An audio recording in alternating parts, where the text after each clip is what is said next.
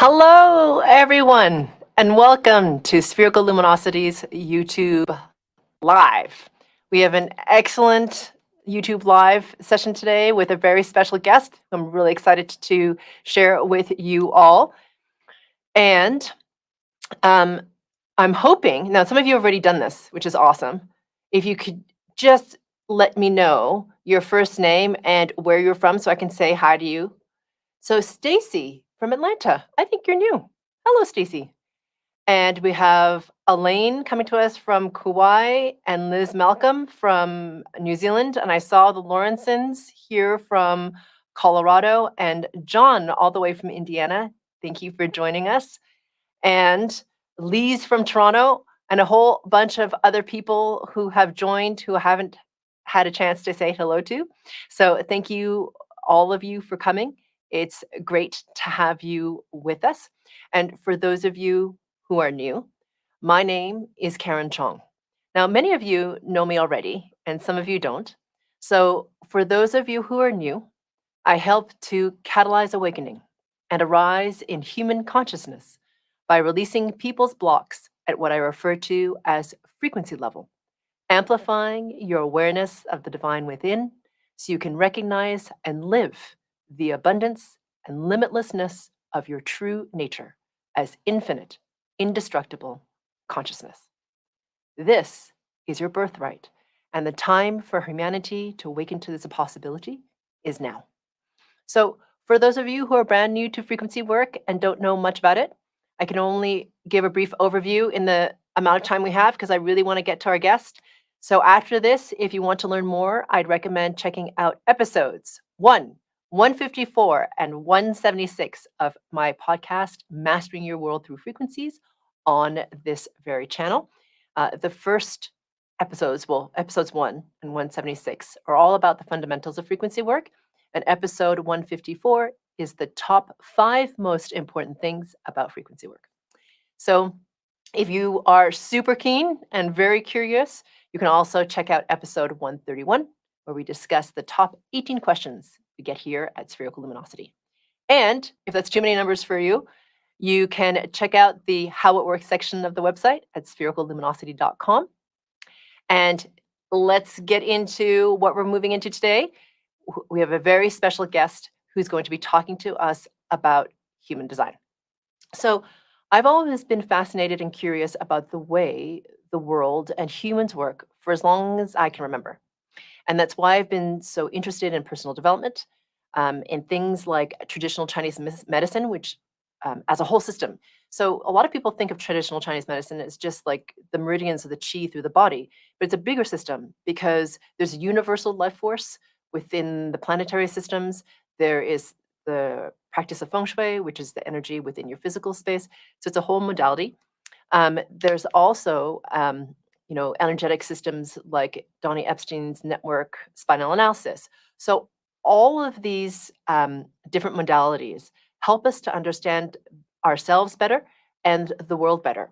And so human design is, before I start talking about human design, what I'll say is that with any system of understanding self and others, that it's super helpful because it helps to reveal where your weaknesses are and your strengths are, which means you can often see your own distortion patterns more quickly. And one thing that I know for myself and for others is that I wouldn't let one system define you. I've watched people take on certain systems and self-limit because that's what the system indicates that they are able to achieve, or that they're translated or read in a particular way. And the recipient takes it on as a truth, and there can be a misunderstanding of what was said and can create limitation. I also believe that one can transcend one's chart as we go more and more quantum and beyond the constraints of this consciousness level that many of these systems were created in. And that all said, we are still working within this consciousness and we're still human. So these systems can be incredibly helpful. Now, as I've mentioned, one system I found very intriguing and helpful in understanding myself and others is human design. And we'll see what my guest Ariana has to say about it. And she has a lot to say about it.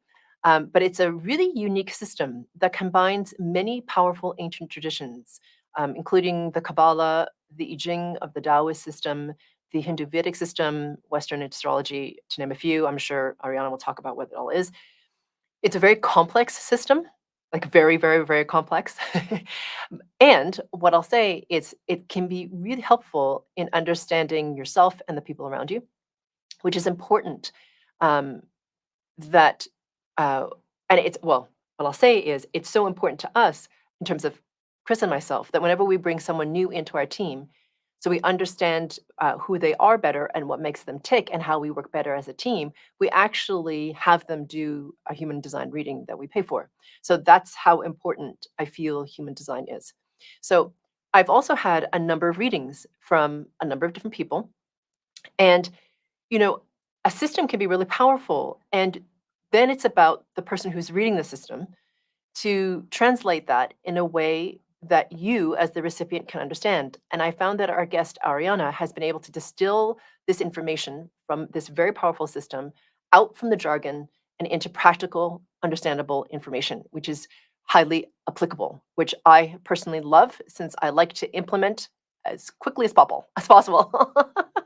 So before I bring Ariana on, I just want to mention that we're doing another giveaway, as promised, at the very end for the upcoming deep dive in August, which is very needed right now, which is on managing the physical lag, shifting detox. So stay tuned for that because wow, is there a lot going on right now. So without further ado, we're going to bring her on. Hello, Ariana. Hello, how are you doing? I'm doing great. Thank you I'm so so much for excited. being here. I'm so excited to be here. Awesome.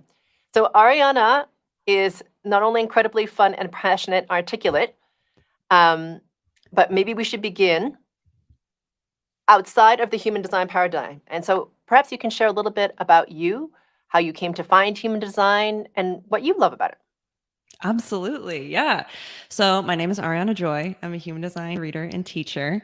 And I love what I do. I love reading charts for people. I love seeing people's souls put on paper and then meeting them and seeing how it plays out and teaching them how to use that in real life. And like Karen says, I'm very practice focused. That's actually even a part of my design is making more esoteric things more understandable and usable in an applicable way on a daily basis. But yeah, a little bit about me. So I was a staff copywriter at a high level business mastermind. And in 2018, I was listening to a podcast. And like so many people who find human design, when I first heard about human design, there was something in me that was like this. This is it. Like Karen, when you were explaining what frequency healing was like for you, when someone said, "Have you heard of frequency healing?" and you said, "No, but I need to know about it." It kind of felt like that.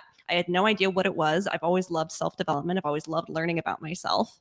And so this podcast host said, "Y'all," it's her exact words, because she's from the South. She was like, "Y'all, I am so excited to tell you about human design. It has changed my life. I want you to know about it." I'm like, "All right, give it to me." She explains it, and I can tell that there's something in there for me. I hate the way she explains it. I'm like, she basically is like, you don't really get to do anything unless someone like presents it from outside of you. Like, you don't get to act on what you want from inside of you. And I was like, no, that's disempowering. I don't like it. But I kept getting drawn back to it. And this is really something that happens a lot for people with human design because oftentimes traditional ways of explaining human design, they're not really designed themselves to be anything but like waking people up. So a lot of the words that they use to describe stuff, like the founder of human design, one of his greatest gifts was shocking people into awareness. So he didn't mince words. And so a lot of it comes across as being a little like brutal and restrictive when human design is anything but. And so I got a couple of readings. I was like, I know there's something in this. Even I want to use this, but I even want to teach other people this. I just don't know how to do it. And people around me weren't really receiving it well at the beginning. So I was like, who knows when it's going to be time for me to use this. Right. So I come back to it. And in, I think it was like 2019 or 2020, I finally got a reading from someone who became my mentor and my coach and now my really good friend. And it was the most mind-blowing reading I'd ever had. She told me, "You're here to do what lights you up. Here's exactly how it's going to present itself to you. Here's what you don't have to worry about. Here's what you're built for. Here are your gifts. And here's your purpose. And here's how you can make it happen." And I'd never had something like that. And I said, "Teach me." I want to do this for other people. I knew immediately. And then I was not happy at my other job. I was like, you know what? I know that I'm going to have to leave this eventually. I don't usually do tarot, but I did a tarot spread that day. I was like, should I leave my job? And I got the death card. And I was like, this is really just clarifying what I already know, right? So let's go. So I got my booty out of there. Originally was going to do copywriting with a human design slant, but my mentor was saying, why don't you just do human design? And based on the way that I'm designed, which we'll talk about a little bit actually more with Karen later, my body went, wee, like that sounds so fun. And I knew from my design that that was the right way for me to go, specifically from how my body was talking to me. And so I've been a full-time human design reader and teacher ever since then. And I just never looked back. That's awesome. That's so cool. It's funny. Well, Ariana will talk about this later, but when you know that you have, like for me, when I have a sacral response to something, which is an immediate yes, and you learn to trust that immediate yes, it can be so freeing because you don't have to think. It just is. Oh, yeah. So, and you can talk about that later. But anyway, Absolutely. Yeah. So how do you feel understanding one's own human design can change things for people? Oh, Like, how does my this help gosh. people? Like, translate that for people. so they understand. Absolutely. So, okay.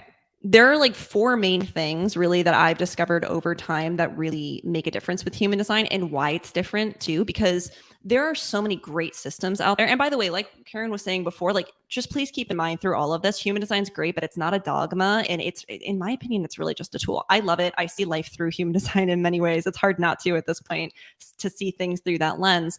But this is always meant to serve you and help you. And the main ways that I see that doing for people, one, it's just understanding that we're all different. We're all built differently. But the thing is that, you know, like I said, we have a lot of systems that show us that, right? We have astrology, we have personality tests, we have all these different kind of indexes. Human design is different because it shows us that not only do we show up differently, which we kind of already know from looking around, we actually are built to function differently. So we are built to manifest differently. We are built to operate and work and hit goals and create differently. You know, and this is actually anything from like hearing your intuition to eating and sleeping styles, like that's built into you. It really is. And more than, you know, just, you know, your circadian rhythms. This is part of something that your soul agreed to do when it came into this lifetime. Human design is kind of like this contract of like, this is how I'm going to do things when I come into this lifetime. And then your graph shows you what that is. And all of these are your gifts. So being different, you know, we're kind of taught that there's this one cookie cutter way of being. The funny thing is that we're all taught it's this 1 to 2 things that are never us. So, you know, you look around the world at all these different cultures and everyone feels like they're not being the right person and they have to change because they're not fitting into that perfect cookie cutter human. But the joke is on us because no one fits into that. It's like not really possible. It's just not the way we're built. And we're often not really taught that these little ways that we like to do things, these, you know, on a very small level sometimes, even if it's, you know, a bigger way too, these are built into us and these are our gifts and this is what we're supposed to lean into. And then it also teaches us that what feels good and what makes us happy, that's the quickest way to get to what we want to be and where we want to be, rather than fighting that and trying to fit into something else because it looks on the outside like this is what's working for other people. Since we know we're built differently, we know that what works for John isn't necessarily going to work for Jane or for Jim, you know? And the thing is that if we didn't know that we were built differently, like no wonder we're stuck in this place where a lot of people feel like they can't move forward because they're in someone else's easy lane when you need to get in your own easy lane and make things work for you. And human design shows you that, not just by showing you that you're meant to be the way that you are and you're meant to work the way you are, but it actually gives you a systematized little 2-step to open yourself up to more opportunities and work with the universe and work with your energy rather than against it. And then also to hear your intuition. And when you follow these two things, your highest gifts, your highest self unfolds. And to me, that's like the greatest thing about human design. But there's also a ton of other stuff like understanding how other people work. Like you were mentioning, and you've said this before, that you get human design readings for people who come onto your team, which is just brilliant, right? Because it's not just people you work with, it's understanding your children too. And that's actually a really big thing. The founder of human design, Ra Uru, he really wanted this to be for kids because by the time we get to adulthood, we're so conditioned away from who we really are. And all human design really isn't about becoming your highest self. It's letting go of all the ish that isn't really you. I was about to swear and I was like, whoop. All that stuff that isn't really you, so you can come back to that inner being, you know. And a lot of systems talk about that. Human design just kind of displays it more visually on a graph. So you can come back to that, know who you always are, and be like, the rest of that stuff, I can let go of it. I don't have to worry about it. And that's how things are really gonna, we're gonna release a lot of resistance, release a lot of unwanted distortions. And if we can do that when we're young, when we're children, and know, hey, we're all meant to be different. This is the way I'm meant to be. Then we can blossom it into the genius that we already were. But we're just kind of held back from embracing because we didn't think we should be that way. We didn't think it was something amazing. Yeah. Yeah. Do you have an example or have examples of people who were acting contrary to the design, and then you were like, "Hey, there's this reading. Do you know this is kind of how you work?" And they go away and do whatever, or have these profound realizations or whatever happens, and then their life changes. Like, do you know what I mean? Like, how does having a reading for you, how can that look in terms of people shifting how they view themselves and how they are in the world?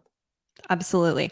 So the biggest one for me, which always resonates with me, and it was so funny because it was at a time when I was like, my clients never reach out to me and tell me how they're doing. And so I was like, maybe I should reach out to them and ask them. So I asked one girl who I'd done a reading with. It was a career clarity reading.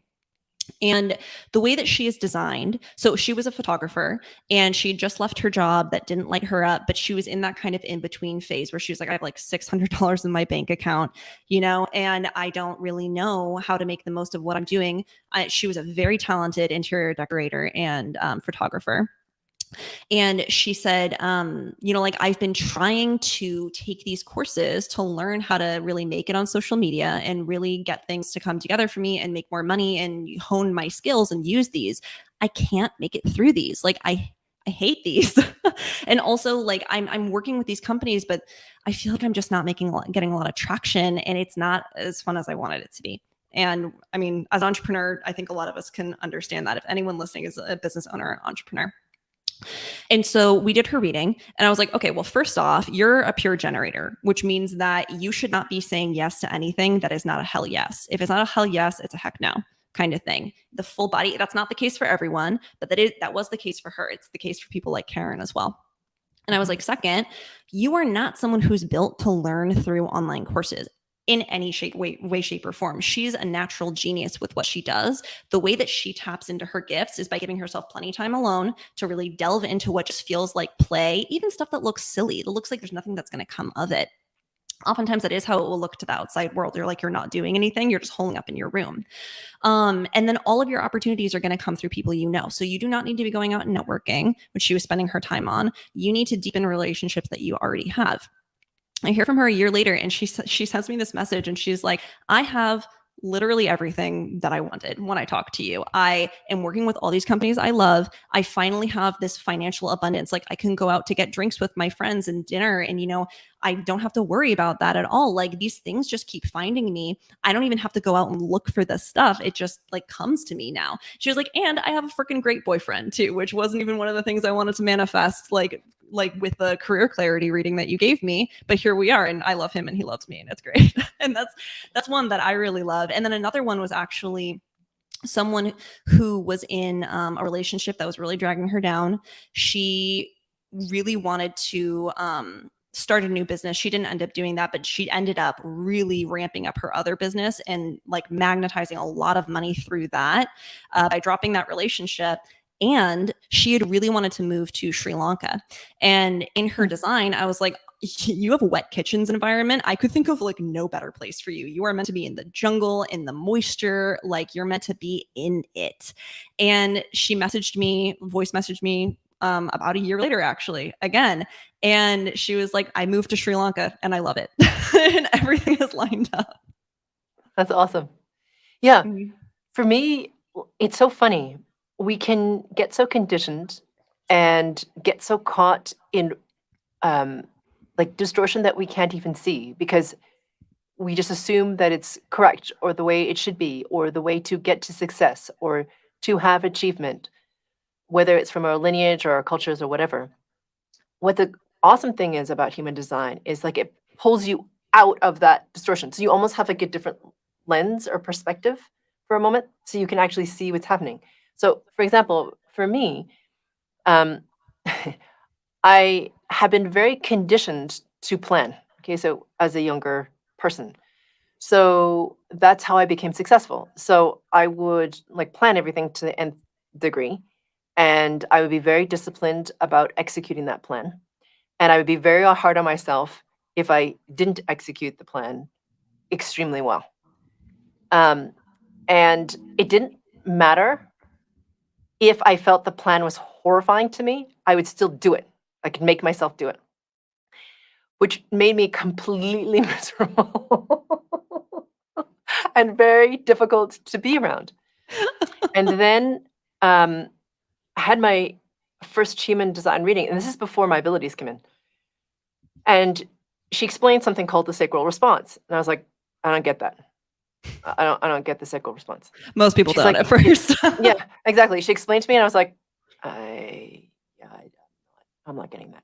She's like, you'll know in your body if you're yes or no, without even it being yes. It might be just like, like an instinctive response.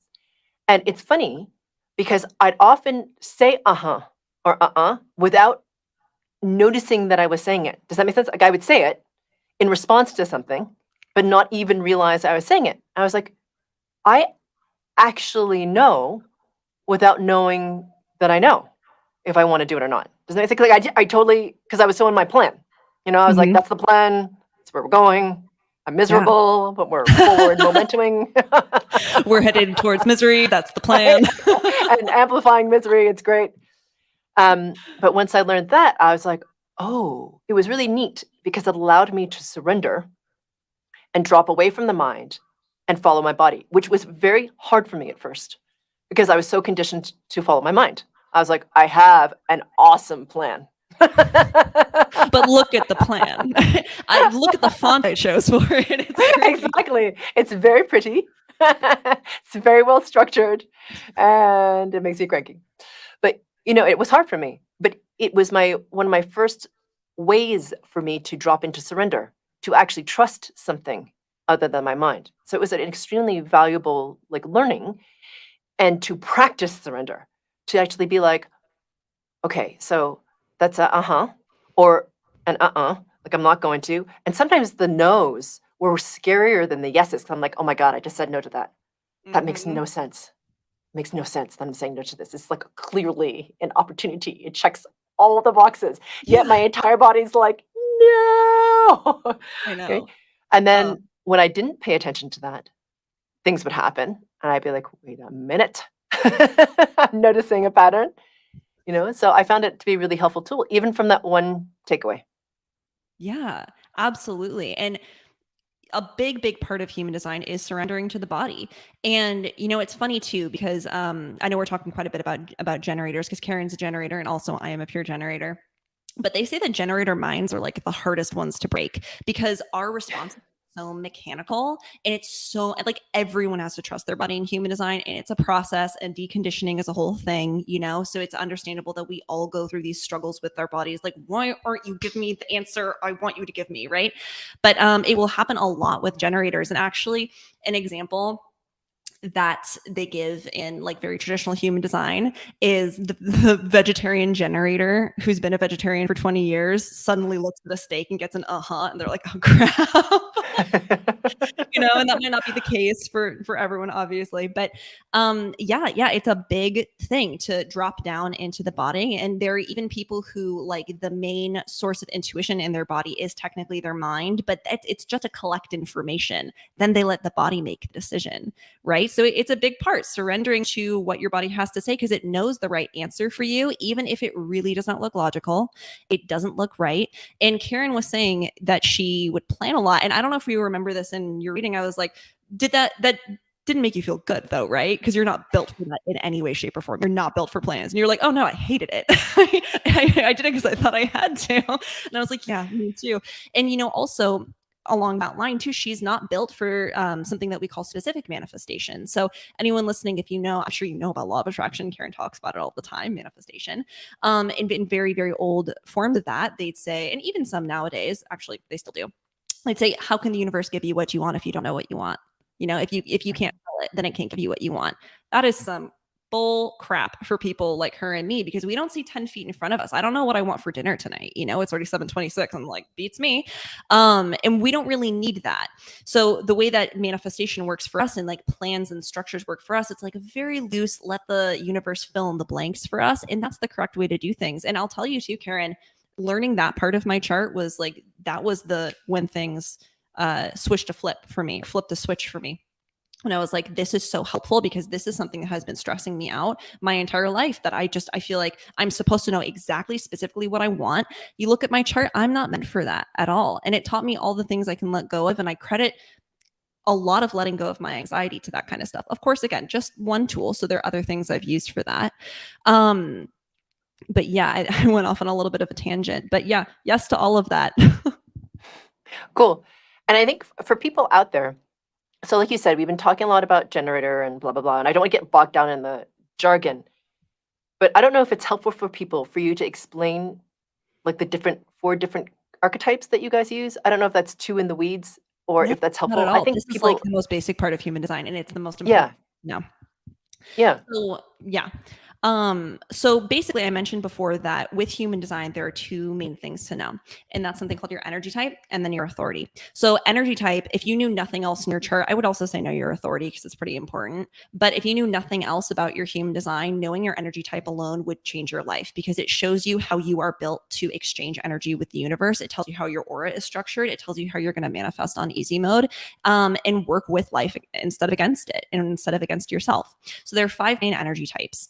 And they are manifestor, generator, manifesting generator, projector, and reflector. And just very briefly, so they all play a different energetic role when it comes to using their energy in the grand scheme of things, and also in their life. So when you know your energy type, it's not just how you share your gifts with the world, it's also how you just make things happen for yourself and make really cool stuff happen for you and achieve the goals that you want in an easier way. So manifestors are the fire starters. They're the people who get stuff rolling. They're the people who energetically go first. They're like energetic leaders. They're not always necessarily leaders of other people, but they do have to be the leaders in their own life. They have to allow themselves to take action based on impulse. The way that energy works for them and the way that they manifest, and the reason they're called manifestors is because things are very direct for them in energy. They get an impulse of like, I want to do that thing. And then they just go do it. And naturally, they're very quick people. They make things happen really fast. They do things really quickly, and they don't necessarily have to finish everything they start, because they are the spark. They're not the bellows that are keeping it going.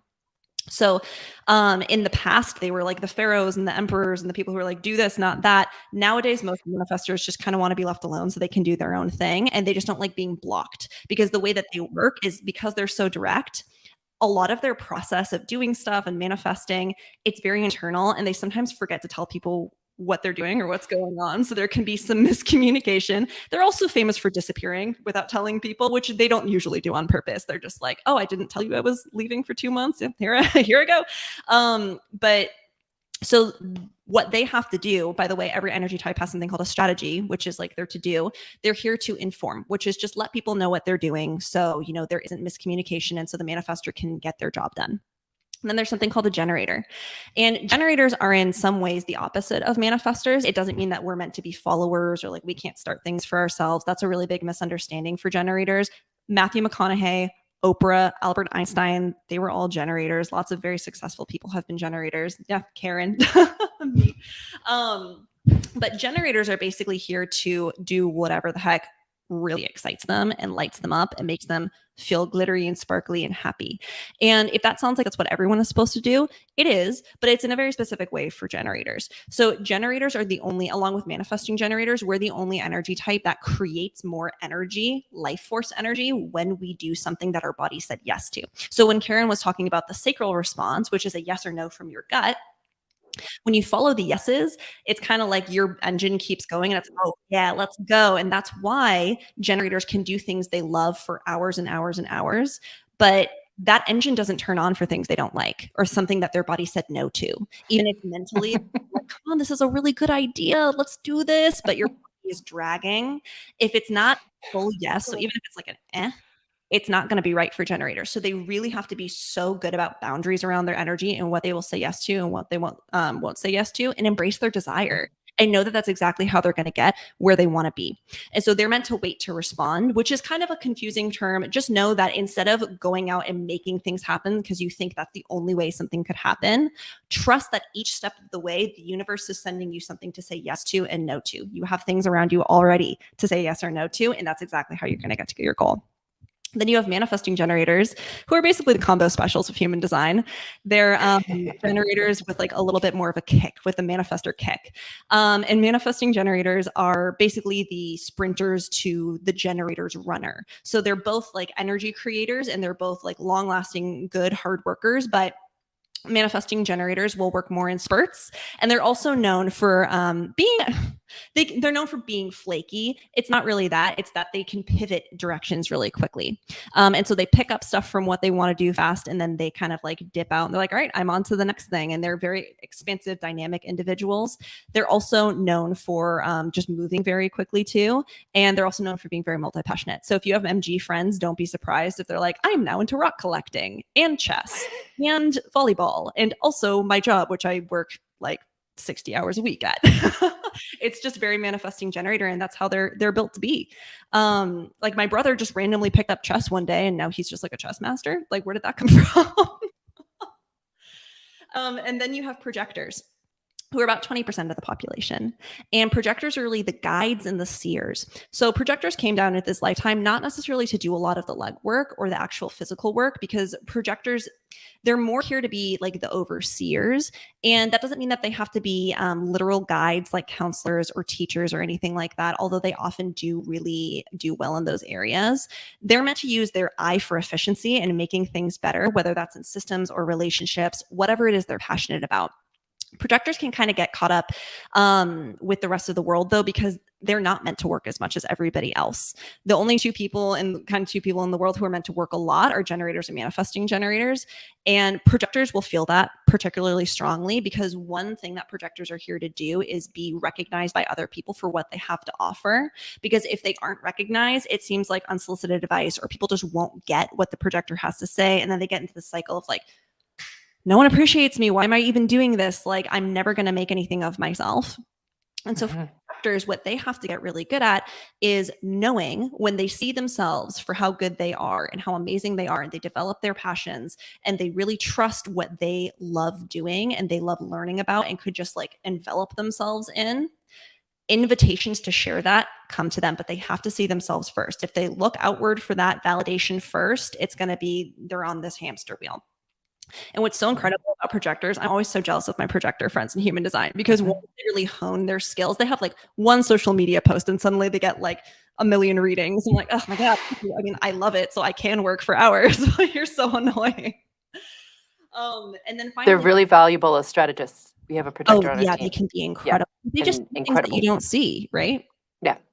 Yeah, to make it visible. And then finally, we have our reflectors, who are 1% of the population. And reflectors are called reflectors because they are basically supposed to be mirrors to humanity. They are the ultimate empaths. They pick up a lot of energy from around them, and then they embody that and then reflect it outward to other people to show them what's going on, and basically to show everyone how the world is doing, or how a community is doing, or even how you are doing.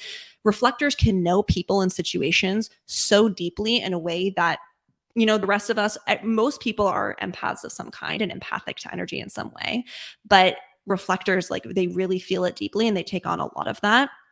And so for them, like, they're meant to really let themselves show up whatever way they want to show up that day. They have very different varying levels of energy. Like, no two reflectors are even the same, because there are so many different variables that go into that, right? Like where the planets are right now, where the moon is, you know?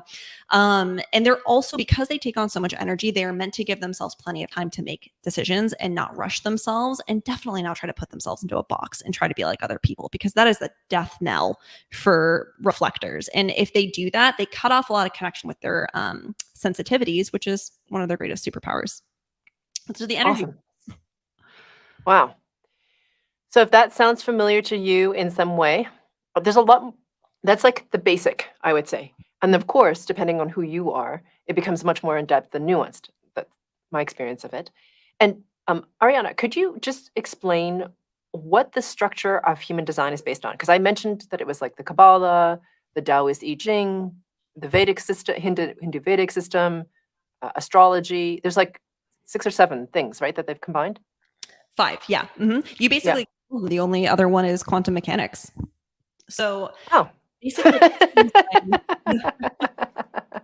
so very old forms of tradition that human design pulls wisdom from and then overlays all of them. I mean, quantum mechanics isn't that, or our knowledge of it and its theory isn't as old, but the rest of it, it's very, very old. So really what human design has done is synthesized that and pulled wisdom from each of those and then, created something new. So the total is more than the sum of its parts kind of thing. But you can see the remnants of the old systems in there. So when you look at a human design chart, like I'm not showing you right now, but it looks like the Spherical or the Sephirot upside down from Kabbalah. So it has the numbers are from the gates, or they're not even called the gates in I-Ching, but they're from the hexagrams of I-Ching. The profiles are from the hexagram in I-Ching.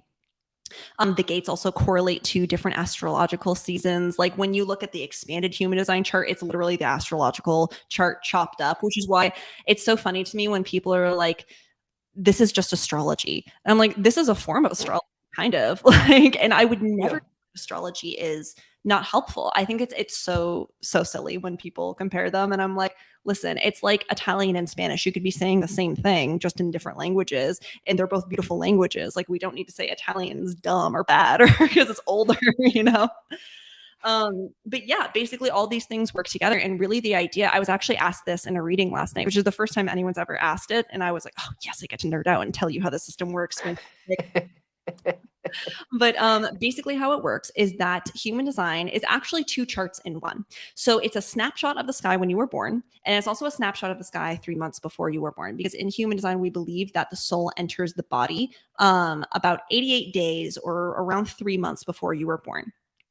And so these two come together to create who you are and how you show up, your qualities, how you're meant to operate, how you exchange energy, not just with the universe, but also with other people. So what you're empathic to, and what kind of energy you create and how your intuition speaks to you.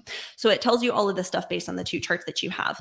And the charts, the reason why this affects us, like why does it matter what time I'm born, where I'm born, etc., is because the planets, everything really, but the planets create a lot of this particle called neutrinos, which are very, very small and can penetrate basically anything, but they have mass to them. And so they carry like information in that, and they make an impact on anything that they go through. So when you're born, you're basically imprinted with the energy of the planets, like through the neutrinos coming through. So 3 months before you're born, your design date, and then again when you're born. And you carry that imprinting with you all the time. And Karen actually had an incredible way of describing it, which I've never even thought of. You're like, this is a distortion, but it's not necessarily a bad distortion. It's just like our human design charts and the way that we've been imprinted in this energy is a distortion in this lifetime that we can just work with. And it's not really negative. Yeah, exactly. Yeah. So I find I can talk to you for hours about human design, and I think we have some questions. So if you have questions for Ariana, then indicate question and we will take some, because I think some of you have some great ones. So here's one. I'm going to just read it. This is from Angel Grace.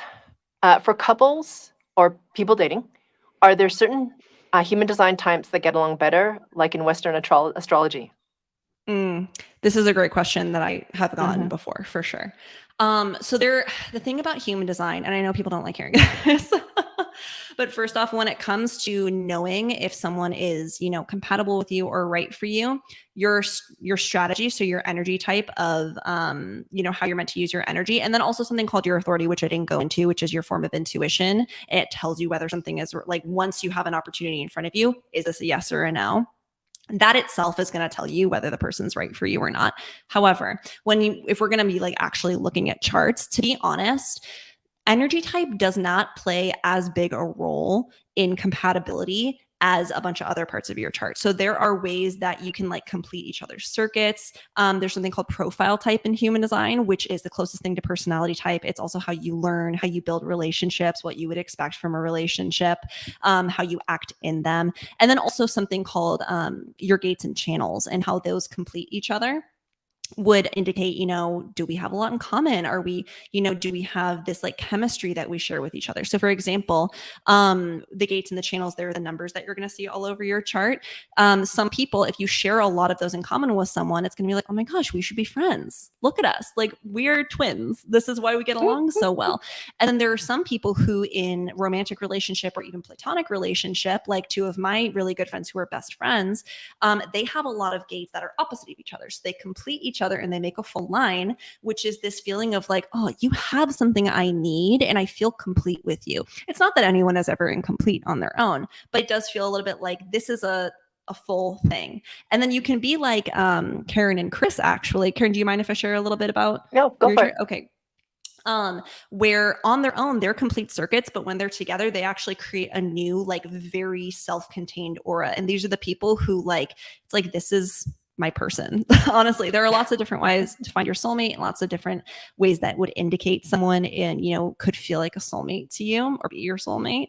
But that's one of the biggest things. It's like, we complete each other's auras and it's like, it's you and me, kid, against the world kind of thing. Yeah. So it doesn't mean, when we did our reading, Ariana was so excited because she did my reading and then she did Chris's. She's like, okay, I have to show you this thing. It's so cool. I loved it. She gets really excited about it. It's really cute. So she's like, your lines all complete each other and then you become this new. And I was like, okay, that's really cool. But it doesn't mean, okay, so just for everyone to understand, that like Chris and I are in like a blissed out state the entire time. We still have to work together. He has this thing. Okay, this was a marriage saver. Learning this thing about Chris. He has something called an emotional wave. Oh yeah. I do not. Okay, don't have that. And that has what that means. I don't know if anyone cares about this other than me, but it has to do with somebody who has this has to feel all the different emotions before they actually make a decision. So even if they instinctively want to say yes, they have to ride the different emotions of the question or the input before they get to a complete answer, like meaning it feels integral to themselves. And if I'm wrong about this, Ariana, please be like, that was wrong, girlfriend, just whatever. But I didn't know he had this. And because I'm who I am, I know what I know, like immediately. Mm-hmm. I'm like, yes or no? Okay. He has to go feel this whole thing. I'm like, really? Yeah. Knowing that's really important because I try to hurry him because I didn't understand that he had this wave thing.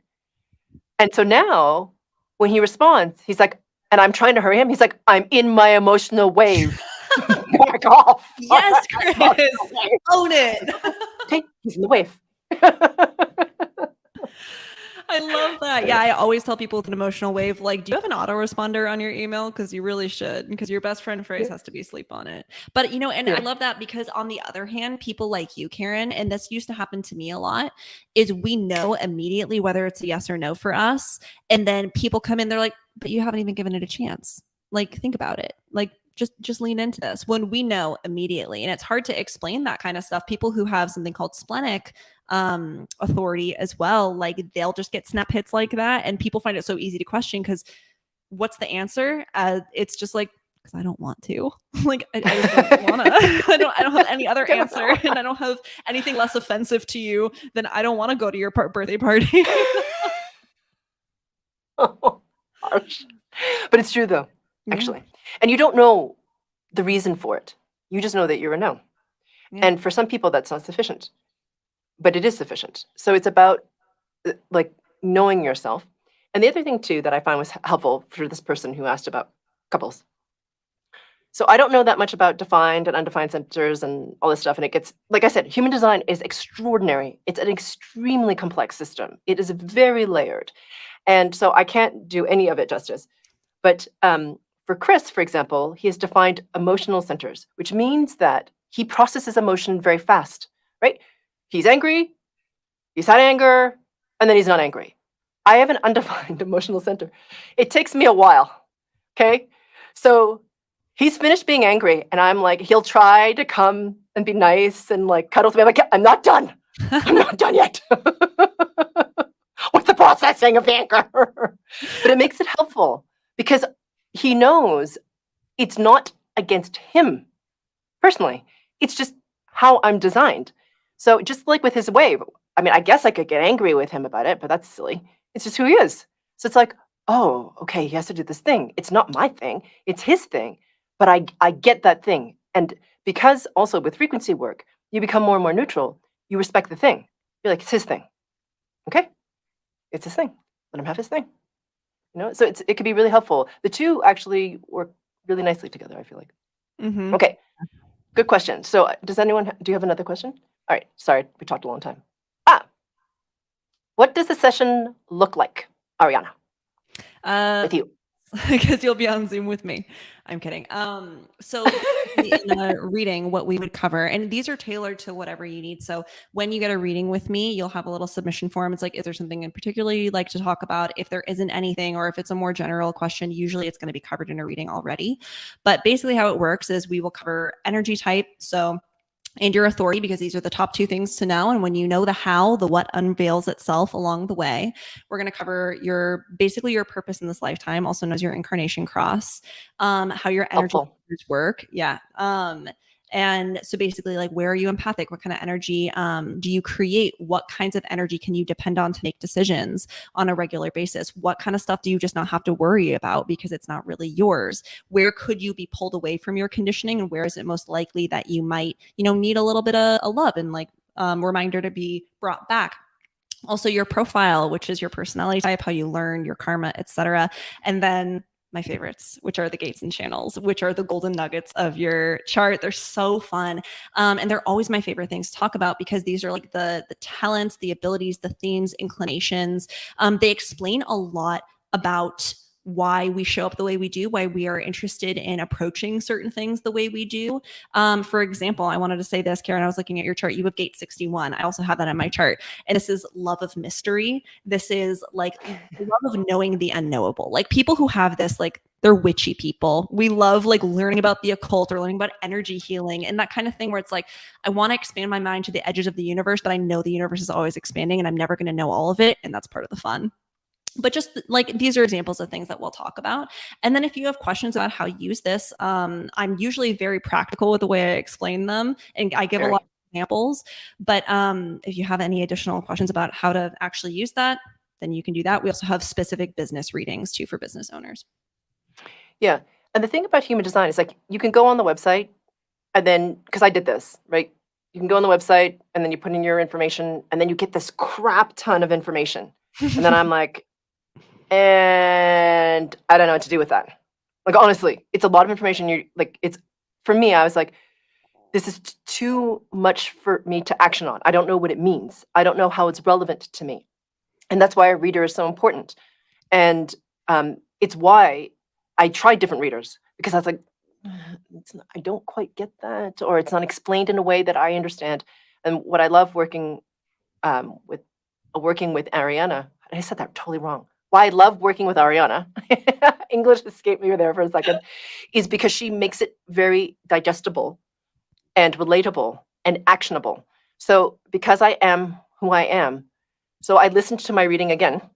I took notes, and within a couple hours, I was like, Chris, can we have a meeting so we can like best optimize our lives to our design? Because why wouldn't you? If you have that well, that's just me.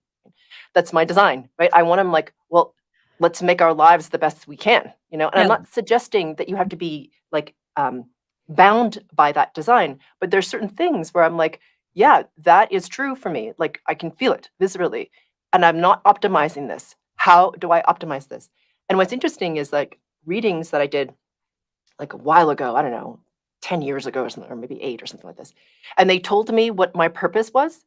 I was like, yeah, before my abilities came in, I was like, I don't know how I'm going to be doing that. So it kind of freaked me out actually. But it's funny to look at it now, back at who I am now. I'm like, wow, I'm living this design without having realized I was living the design. Does that make sense? It's like kind of this magic. You're just like, wow, it's cool. So anyway, yeah, when you live in alignment with who you are overall. This is what I tell people about their incarnation cross. By the way, sorry, I know we might run over time for a second. Is that you wake up in your purpose and you wake up doing what you're supposed to be doing when you're in the day-to-day living in alignment, even with the smaller stuff, when you're in the right environment for yourself, when you're around the right people because you followed your intuition about who to be around. That, so it's exactly, that's like an incredible example of like, I have people being like, how do I fulfill my incarnation cross? I'm so afraid I'm not fulfilling my purpose. I'm like, girl, it happens for you. It comes to you, girl or boy, or, unspecified gender. For you. Okay. It's true. And I think a lot of you have questions about what are my gifts? What is my purpose?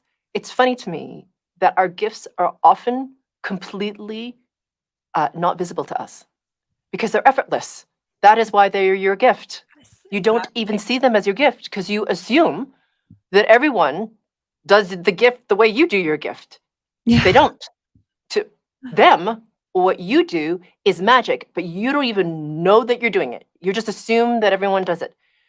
Human design helps to highlight what is invisible to you because it is your gift. Does that make sense? It's a very helpful tool. And you're like, oh, I kind of knew that, but somehow it's packaged in a way that I didn't quite get.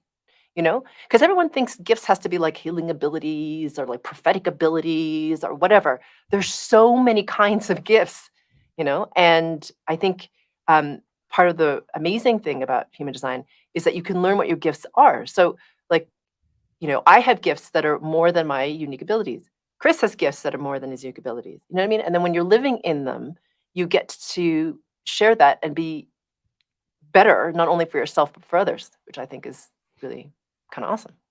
I think it's incredible. Absolutely. Yeah. Cool. Okay, so one more question. Okay, please ask the question. I have autism. Where do you feel that fits into human design? This is the first time I've heard about human design. Mm-hmm. Yeah, I've gotten questions about this kind of thing or about neurodivergence as it pertains to human design. I'll be honest with you, I'm not super versed in that kind of thing, in that sort of field. In general, when it comes to like health or like that part of lifestyle, I'm not a doctor. I'm not any kind of trained medical professional. So I don't know. What I will tell you though, is that there are many parts of a human design chart that can indicate that someone would show up in a way that, seems divergent or doesn't seem normal or would be diagnosed in a certain way. And I know this is different. This is not the same thing at all, but my mentor, she has like very obvious ADHD. Like it's been diagnosed. She knew since she was a young kid. And when you look at her chart, a lot of it comes down like, yeah, maybe she does have ADHD, but some of that is like her superpower. I would say kind of all of it is her superpower. Like she has gate 9, which is the ability to see details and like see them really rapidly and over here and also over here and over here. And you see a lot of people diagnosed with ADHD who have that. She has a defined root center, which means as a kid, she just moved around a lot. You see that in kids who, I have a defined root center. I wasn't called ADHD, but I was bouncing around all the time. And then she also has a certain form of the way that her mind focuses and like hones in and zooms in on things. And you will see that in people who are diagnosed with ADHD. Now, will I say that overlaps and is the same every time and that's a reliable thing? No. Like I've had people ask me like, can you diagnose something from this part of a chart? Like what would indicate that? Unfortunately, I don't know, but I will tell you that there are parts of human design that show us that what we would call divergent aren't necessarily divergent. They're just a part of who you are, and they can be a huge gift. So I hope that answers your question. Cool. All right. Well, someone asks, what if you don't know your birth time? Because I think, okay, so just as a general note. So Ariana, for you to do a reading, what information do they need to have? Yes. So we will need your birth date, birth time, and birth location. So because human design, the calculation comes from astrology. So it's similar to how you need that for an astrological birth chart. However, when you look at a human design, like when you get down to it, you don't have to know this part, but basically like the human design calendar is like very, very highly segmented and it's very minute and very granular. So you need to get down to the minute as much as possible. For people who do not know their birth time, if you know around the time you were born. What I tell these people is that, yeah, every minute counts, but what you can do is start with the time you were born and then slowly take minutes outward in both directions and see what stays the same and what changes. And what stays the same is definitely part of your design. And what changes is like and we're not quite sure. So there are certain parts of your design that like really depend in can change from minute to minute. There are other ones that don't usually change from minute to minute, but they can. It's kind of like a toss up. You don't know. So you really got to do that like fan out method, and you can stop wherever you want. So if you're like, I definitely was born after 9 and definitely before 12, then do however many you need outward, or just put one at 9 a.m. and one at 12 and see what changes. If you don't know at all what your birth time is during the day, what I tell these people, and also there's one other way that you can do this. I tell these people to start at 12 a.m. of that day and at 11:59 p.m. and see what changes. And that's what you can really use to know that. And there are a lot of people who are like intuitively lean into this and see like, do I identify with this when you look into what these things mean? There is one other way. It is more expensive, but it's much less manual. You can go to an astrologer who specializes in regressions. So basically, or it's, I think that's what it's called, but basically they take major life events. It's very in depth. So they take major life events. They learn if you're doing like Eastern astrology or Vedic astrology, they ask you questions about your family and like life events at their time. And then they pull this together to basically like work backwards to tell you what time of day you were born. And these people get like so down to like the second. Like my friend went to a Vedic astrologer who did this, and he was like, you were born between 8:57 a.m. and 8:58 p.m. or 8:58 a.m. And I'm pretty sure it's in the second half of that 8:57 a.m. So they get like Wow. on there. Yeah. But that's like, those are a couple of ways. Okay, cool. And sometimes it's on the birth certificate, I think, if that's helpful. Yeah. If it's not on the birth certificate, it should be. But like, yeah. Okay, cool. So I think that's everything that we have time for. So Ariana, if they want to have a reading or whatever it is they would like with you, perhaps you can share how people contact you, what you offer, etc. Absolutely. So you can always book a reading through my website. However, for you guys, you can sign up for my email list and you will get 15% off a reading. So that's $60 off. So if you wanted to do that, just get on the email list. You'll be taken to a special link that you can book through. And then you can come talk to me. Just choose a time that works for you. You put in your information and we'll go through whatever it is you want to talk about. Also, oh, sorry. Did you have to say? No, I'm sorry. Okay. Also, I just released a new course that's all 25, actually all 27 of like the most essential human design courses. And I added some bonuses. So I walk you through the system if you're brand new to it. And then also I explain how human design works and why it works the way it does. So if you're brand new and you want to learn about human design, you want to learn about your own human design, you can basically DIY your own chart. And you can learn about the charts of the people around you. This covers like this is the big kahuna. It has a bunch of my courses in it. And for you guys, if you grab it before next Tuesday, so within the next 7 days, you can get for just $500. It's a $1,200 value. Usually it's $777. But for you guys, if you want to get it at the special price, then I am keeping it open for you at $500. And you can have that. Want to learn how to read charts too, this is a great resource, honestly. Like this is what I tell people in readings. So yeah, awesome. And for those of you who want to know how to get to all that, once the YouTube live is over, my team will put it in the description. Okay, so you'll be able to see how to schedule the reading, how to be on the email list and get 15% off the reading. How do I get to Ariana's course? And then that will all be there. Okay, so if you guys want to know how to do that, then it will be in the description, okay, of this YouTube live, so you can find Ariana. What is your website, Ariana? My website is justfollowjoy.com.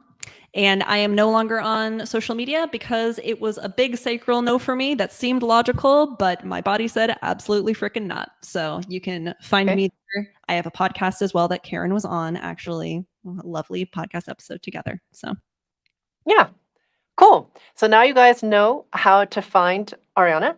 And, well, I think we're going to thank her, and then I'm going to do the giveaway.